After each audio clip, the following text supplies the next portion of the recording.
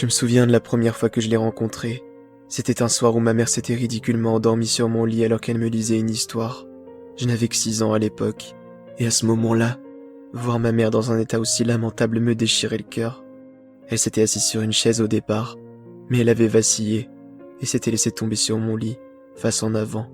Ce qui était désolant, c'est qu'elle n'était pas tombée de fatigue à cause d'une longue journée de travail harassante, mais à cause de toutes ces substances illicites qu'elle consommait, et possiblement à cause de tout cet alcool qu'elle avait dans le sang. L'alcool vous rend somnolent, oui, et il vous fait vomir aussi. Je me souviens encore de l'écume jaunâtre qui débordait de sa bouche. Je l'aimais, mais ça me répugnait. Je savais que quelques pâtés de maison plus loin, la maman de mon ami Luc abordait son fils normalement, l'embrassait sur le front, et lui souhaitait une bonne nuit. Alors pourquoi n'y avais-je pas le droit moi aussi? Cette misérable scène m'avait mis au bord des larmes, et alors que j'étais à 2 doigts d'exploser en sanglots, une voix m'arrêta. Lui? Pourquoi? Il est si mignon. Elle venait du fond de la pièce. C'était une douce voix, calme, paisible. Je ne sais pas si je peux l'affirmer aujourd'hui, mais je pense qu'à ce moment, elle ne s'adressait pas à moi. Qu'est-ce que vous avez dit? Demandai-je timidement. Je n'avais aucune idée de qui se trouvait dans le fond de ma pièce, mais pour une raison obscure, je n'avais pas peur. Quelque part, je pense que cette voix avait sonné à mon oreille comme un appel rassurant au beau milieu d'une tempête. Ma mère était ivre-morte sur mon lit, et ronflait bruyamment, et cette voix, elle, était si agréable. Je ne vais pas rester longtemps, petit. Approche, s'il te plaît. Mais, et vous? Pourquoi vous ne venez pas, vous? Une silhouette se dessina alors dans la pénombre, et une jeune femme sortit de l'obscurité. Elle avait de très longs cheveux noirs, et un teint de porcelaine qui contrastait à merveille avec ses yeux azur. Elle était grande et mince, et avait de longs doigts fins, comme ceux d'une pianiste. Ses traits étaient doux, ses joues légèrement roses, et elle était vêtue d'une robe blanche immaculée. Qui êtes-vous? Je m'appelle Mélina. Comment êtes-vous entrée dans ma chambre? Mélina? Tu avais laissé la fenêtre ouverte. Dit-elle en pointant du doigt ma fenêtre. J'ouvrais toujours la fenêtre, même si ma mère me disait de ne pas le faire, faisant mine de s'inquiéter que je prenne froid pour se donner bonne conscience. Je devais l'ouvrir. Sinon, ma chambre empestait la fumée de cigarette qui pénétrait la pièce depuis le bas de la porte, alors que ma mère fumait dans le salon. Petit? M'interpella-t-elle. Elle me posa ensuite une question, que j'ignorais. À la place, je lui demandai quelque chose à mon tour. Mélina, est-ce que tu peux me lire une histoire? Elle était confuse, perplexe, comme si elle ne comprenait pas ma demande. Cependant, après être restée sur place durant de longues secondes, elle s'avança vers moi et s'assit sur le bord du lit. Puis, elle prit le livre des mains de ma mère, avant de commencer à lire. C'était la première fois que j'avais vu ma mère saoule, et ça n'allait pas être la dernière. J'ai grandi, et à l'âge de 12 ans, c'était moi qui ramassais maman sur le sol et l'allongeais dans son lit. J'avais d'énormes lacunes et n'arrivais pas à suivre en cours. Et bien sûr, jamais ma mère ne répondait aux convocations des professeurs. Plusieurs fois on avait menacé d'appeler les services de protection de l'enfance, mais chaque fois, je m'interposais en assurant que j'avais la meilleure maman du monde. C'était faux. Nous avions des dettes. Nous étions menacés par plusieurs individus dangereux. Et parfois, ma mère rentrait la nuit, le visage couvert de bleu. Je ne voulais rien savoir de ses activités, ni où elle allait, ni ce qu'elle y faisait. Mais à cette époque, j'avais pitié. Lorsque votre mère vous enferme dans la salle de bain pour pleurer dans vos bras, des heures durant, alors que vous n'êtes qu'un enfant, vous comprenez et surtout prenez conscience que votre enfance ne se déroule pas comme celle des autres. Je me faisais à cette idée. Pourtant, je n'arrivais pas à l'accepter. Il fut un temps où ma mère était heureuse et s'occupait réellement de moi. Ce temps, je le regrette. La deuxième fois que je la vis fut un soir où je pleurais à nouveau car ma mère ne rentrait pas. Ce n'était pas la première fois qu'elle ne donnait pas signe de vie de la soirée. Ma mère était comme un chat. Elle pouvait me laisser livrer à moi-même et rentrer dans un état lamentable des jours plus tard. Mais cette fois, je m'étais dit que je ne pouvais plus le supporter. La mère de mon ami Bastien, elle, ne s'absentait que pour le travail et ne disparaissait pas la nuit comme la mienne. Je me souviens que ce jour-là, pourtant, et même si elle me trouvait trop grand pour ça, elle avait accepté de me chanter une berceuse. Bien qu'altérée à cause du tabac, ma mère avait toujours eu une très jolie voix et chantait à merveille. Et la dernière fois que je l'avais entendue chanter était à l'âge de mes 5 ans, juste avant qu'elle ne plonge dans cette terrible addiction.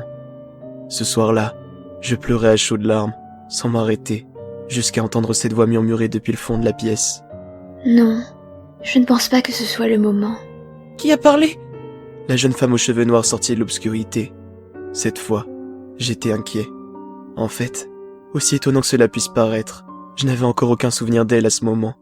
Je ne me souvenais pas l'avoir déjà rencontrée 6 ans plus tôt. « Qui êtes-vous » Je m'appelle Evelyne. dit-elle. « Comment êtes-vous entrée dans ma chambre, Evelyne » demandai-je encore. Tu as laissé la fenêtre ouverte. Répondit-elle en désignant la fenêtre de son doigt fin.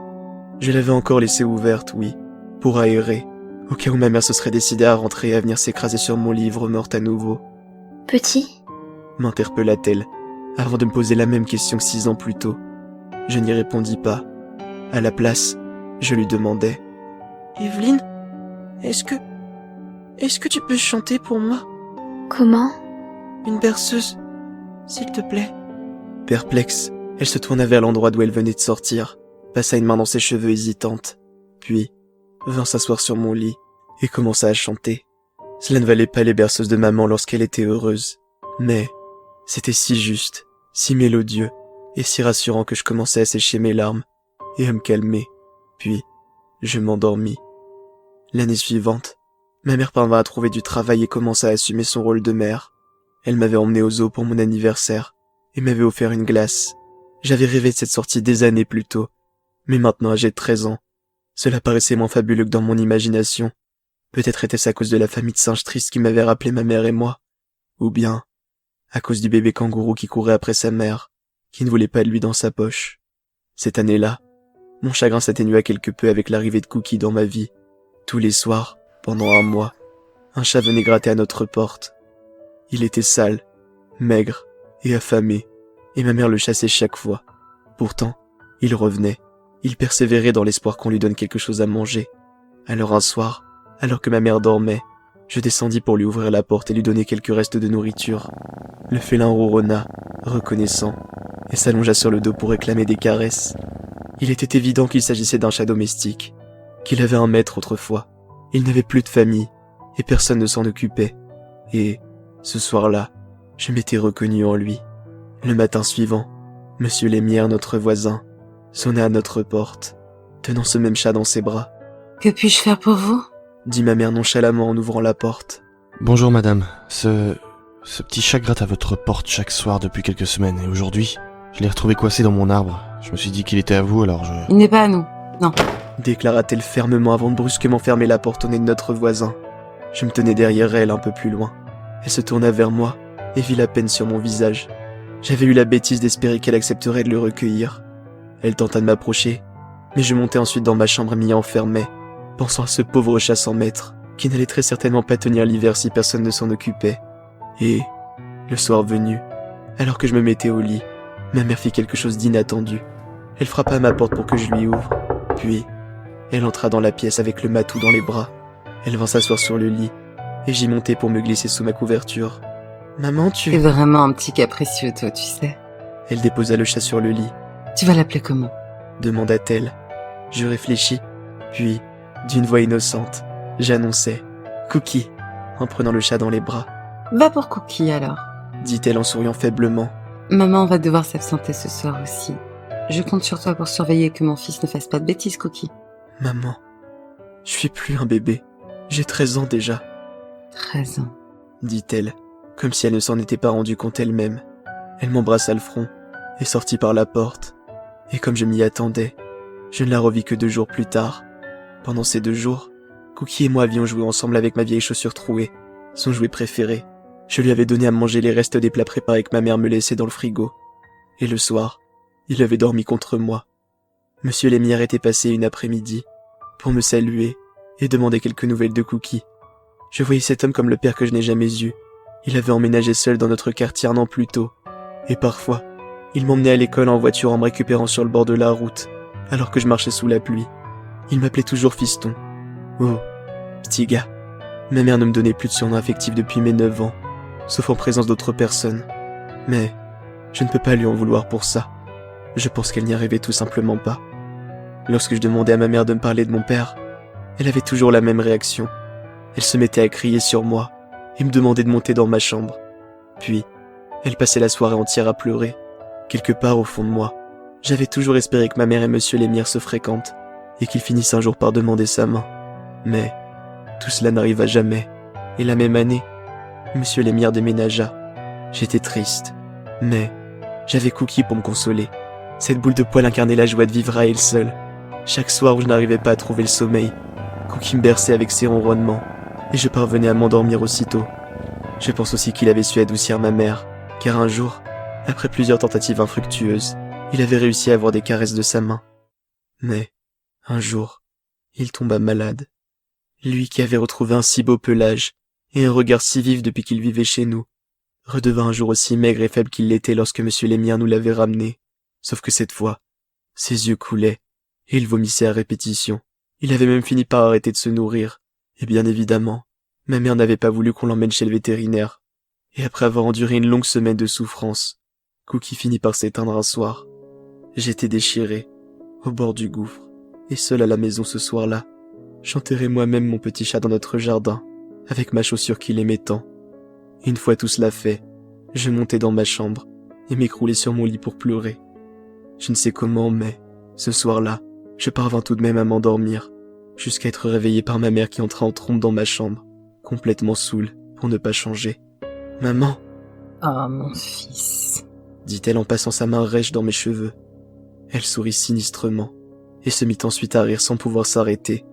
Puis, elle dit Plus tu grandis, et plus tu lui ressembles. Et plus j'ai envie de te casser ta petite gueule d'enfoiré. » J'eus à peine le temps de réagir, qu'elle se jeta sur moi et se mit à m'étrangler avec force. Je suffoquais, et avec le peu de souffle qui me restait, je parvins à dire quelques mots. Maman,